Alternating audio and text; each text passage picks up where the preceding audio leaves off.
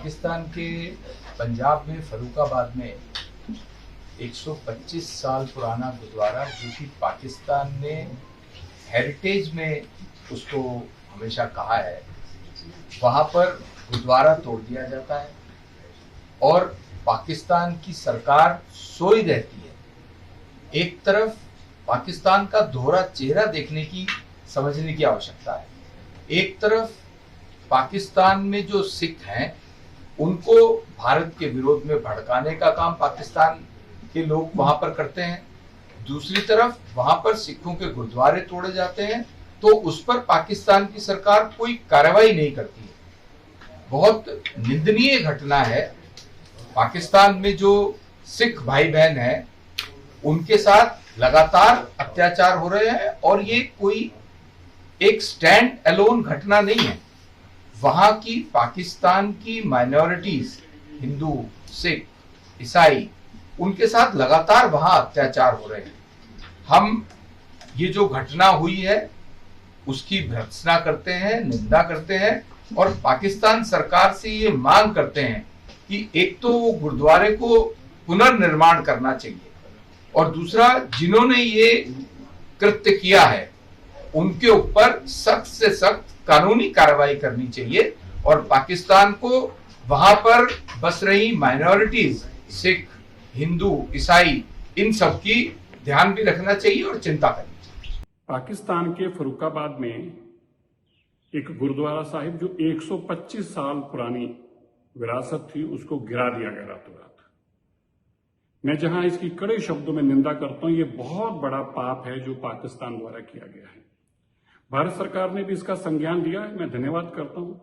लेकिन आज खेद की बात यह है कि जो पाकिस्तान दुनिया भर में जाकर अल्पसंख्यकों की सुरक्षा की गारंटी देता है, वह वहां की पहली बार नहीं बल्कि अनेकों गुरुद्वारों पे अब तक या तो कब्जे करा चुका है, उनमें मार्केटें बना चुका है। एक गुरुद्वारा साहब के अंदर तो मीट मुर्गे की दुकान भी खुलवा चुका है। ऐसे में गुरुद्वारा साहब की ये जो विरासत है, ये केवल खाली सिखों की नहीं है, ये मानवता की विरासत है, क्योंकि गुरुद्वारे में मानवता के भले की बात होती है, किसी धर्म की नहीं।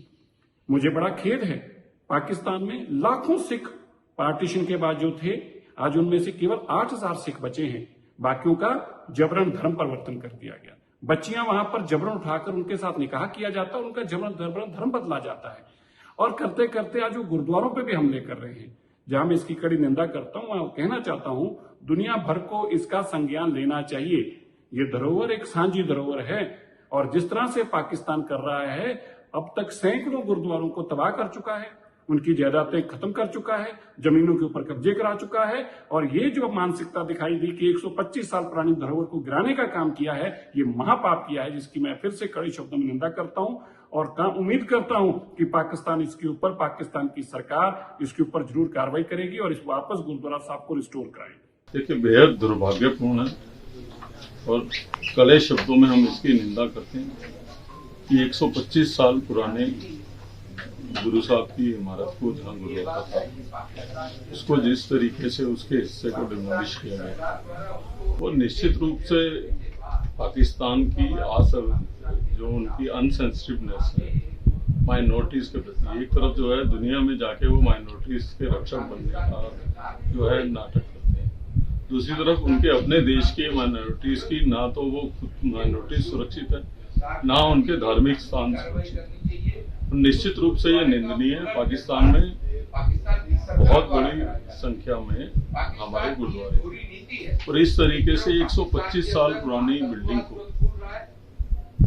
इस तरीके से ध्वस्त करना, और ये कोई पहली घटना नहीं है, पहले भी बहुत सारे धार्मिक स्थलों के साथ जो है इस तरीके का रवैया पाकिस्तान सरकार कर रहा है। बहुत सारे गुरुद्वारों को तब्दील किया और बहुत निंदनीय है। मैं इस मौके पे नरेंद्र मोदी जी के नेतृत्व वाली केंद्र सरकार का भी धन्यवाद करना चाहता हूं कि उन्होंने तुरंत संज्ञान लेके पाकिस्तान को जो है इस बारे में अल्टीमेटम दिया है कि पाकिस्तान सरकार को इसमें एक्ट करना चाहिए।